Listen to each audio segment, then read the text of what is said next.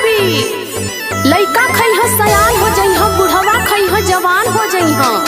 चिन्हिया 10 रुपया पौवा, गुड़हिया 20 रुपया पौवा। आवा आवा ए बाबू आवा ले लो। का हो गरम है का? अरे एकदम गरम हो।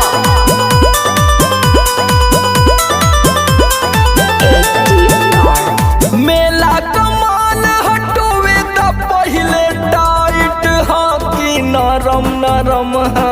लेला हो जलेबी। अरे तनी टोल बदा हो। मेला कमान हटोवे त पहिले टाइट हा कि नरम नरम हा। लेला हे बाबू देखा न भहुआ, छानल जलेबिया गरम गरम हो। लेला हे बाबू देखा न भहुआ, छानल जलेबिया गरम गरम हो। तोइबा बाबू ई हमा लाटा तो ना तू तोइबा।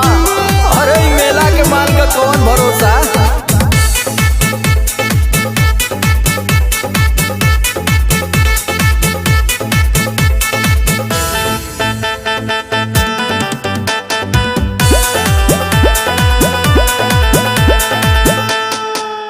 मुहे में जब जा बर्फी से नीक बुझाला। चीज के हमरे सगरे अच्छा मेला में बाटे हाला। अरे भौआ तो सही लगा दा। मुहे में जब जाला बर्फी से नीक बुझाला।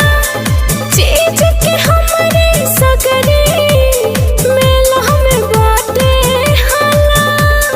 तोहरा से नीमन केहू के नइखे सोचल तोहर भरम भरम हा। लेला हे बाबू देखा न भहुआ, छानल जलेबिया गरम गरम हो। ले बातला नहीं हटा बगल में, छानल जलेबिया गरम गरम हो। अच्छा तो 2.5 किलो चिन्हिया और 2.5 किलो गुरहिया तौला तो फटाक दे। पहले पैसा निकाला पैसा। अरे तो का फ्री में ले।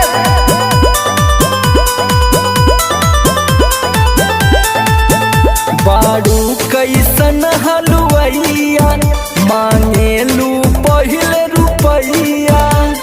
देखे के सुघर लइके धरल चहेला कहलैया। अरे पन्नी पकड़ा, हथवा के पकड़त हुआ। कैसन बाड़ू हलुवैया, मांगेलू पहिले रुपैया। देखे के सुघर लइके धरल चहेला कहलैया। कहे में समर आलो के तोहे लागत नाही शरम शरम हा। लेला हे बाबू देखा न भहुआ, छानल जलेबिया गरम गरम हो। लेला हे बाबू देखा न भहुआ, छानल जलेबिया गरम गरम हो। ला बाबू ला, तू खइबा त का याद करबा। ई कहती कि मार्केटवा में दुकनिया कहाँ तोहर कोनो कांटेक्ट नंबर है?